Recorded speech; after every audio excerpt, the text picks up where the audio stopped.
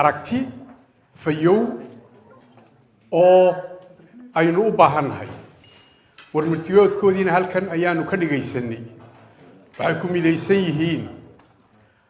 qodobo qiimo badan oo ay u horeyso dalkan inay ka dhacdo doorashadii xilligii la mudeeyey oo ay ka mid tahay in dalka maanta wixii aynu gacanta ku hayno aynu difaaciisa adkayno in aynu ka baxsano dagaalo sokeeye oo dambe wadahadal arrinta soo laga galo nabadgelyada iyo deganaanshaha iyo xasiloonida dalkana la xoojiyo iyo dowladnimada oo dowladnimadu aanay naga daciifin waxaa ka mid ah hadalkoodii in la xoojiyo isla xisaabtanka iyo daahfurnaanta waxaa ka mid ah xilkooda inay toosiyaan xukuumadda wixii taban ee ay ku kacdo wixii toganna ay ku taageeraan isbahaysigan xildhibaanadu ee aanu bogaadinaynaa maaha mid ujeeddadiisu tahay in dalkan lagu dumiyo ama lagu dibindaabiyeeyo danihiisa guud hase yeeshee wuxuu salka ku hayaa in wax lagu dhiso in la dhiirigeliyo horumarka iyo hayaanka jidka aynu hayno waxa weeyaan qarankeennu duruufo badan buu maanta la daala dhacayaa laba arrimood baynu baahi weyn maanta u qabnaa waxa weeye midnimo in shacbiga jamhuuriyadda somalilan la xoojiyo la adkeeyo midnimadiisa iyo wadajirkiisa iyo nabadgelyo haddii ummaddani qaybsanto qarankani dal la noqon maayo aqoonsina la heli maayo aqoonsigu wuxuu ku yimaadaa midnimada ummadda xeerar buu leeyahay iyo shuruudo in qaran lagu aqoonsado haddii ummaddani qaybsanto ama kala tagto ama kala quluub noqoto nabadgelyadeeduna sugmi mayso horumar dhaqaalena heli mayno markaa maanta waxa bartilmaameedu noo ah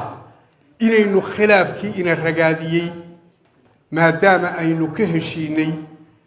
la meel mariyo oo aan la gogan oo aan la xagal daacin dembiga ugu weyn maanta waxaa qaadaya qarankan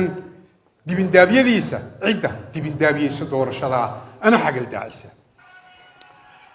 doorashooyinku sanadkan 2024 waxaa la yidhaahdaa waa the year of the elections waa sanadkii dunida ee doorashada inaguna ka mid baynu in ka badan 70 dal oo la aqoonsan yahay ayaa sanadkan doorasho gelaya dalalkaasna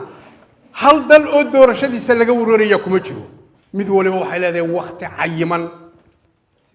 laakiin teena ilaa hadda maanta waynu ka warwarsanaa waayo isma aaminsanin danayaasheena siyaasaddu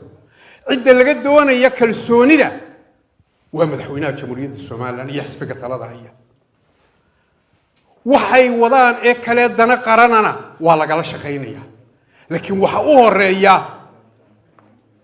5 nin oo isku caloolihi ceella way biyayaan cadowna way iska celiyaan haddaynu qaybsannahay waxba ma qabsan karo waxaa ka mid ah doorashooyinka 15 dowladood oo afrikaana oo South Africa u weyn tahay oo Algeria ka mid tahay oo Chad ka mid tahay oo Madagascar ka mid tahay baa sanadkan doorasho u dareeraya 3 bilyan iyo 700 milyan oo bini aadanka dunida ku nool baa codaynaya sanadkan waxa weeye 45% tirada dunida bini aadanka ifka ku nool hal doorasho oo laga wareysay kuma jiro berri waxa doorasho u dareeraysa Bangladesh 11 bisha Taiwan oo duruufo adag ku xeeran yihiin baa doorasho gelaysa Finland baa ka mid ah bisha February waxa ka mid ah doorashooyinka dhacaya Pakistan oo duruufaheeda siyaasadeed iyo dhaqaale ay noogna waxa ka mid ah bisha saddexaad dalka Ruushka oo dagaal ku jira ayaa bartankiisa doorasho gelay oo aan lagu marmarsiinin dalku dagaalba ku jira waxa ka mid ah Iran oo duruufaha ku xiraysan iyo cadaawadaha maanta iyo qalalaasaha ay ku dhex jirta ay noognahay 1 March bay doorasho gelay wadamo badan ayaa ka mid ah هنديا وودن وين أبا كمدا برتن كسنة كان يساوث أفريقيا مرايكن كدورة شدي وقوق حما صدق بدنيد أيا بيش نوفمبر دورة شدينا محو هاي سجال مال موت كهر دورة شدة مرايكن كدل دورة شو يمكن وين نقبسنا ما أنت ومدة واحد لقوم ميدين كرا ودورة شو وحلنا هاي وبقادرين نحل دبارنا داس دنت جودو مدوبي وأنه همبلييننا وبقادرنا وكلا شقيننا وحويه ومي مدوبين حل دبارنا ذني إني قرنك وحيالان إيه إني جلها وكيل ذي كمد كيهين مدنا وحيالان هجيد سعود كيس إيه شقديسة أدبانو بقادرنا أدبانو تاجرنا وحلنا يهبليو هلكا هوشة كوضة وحينوبا لنا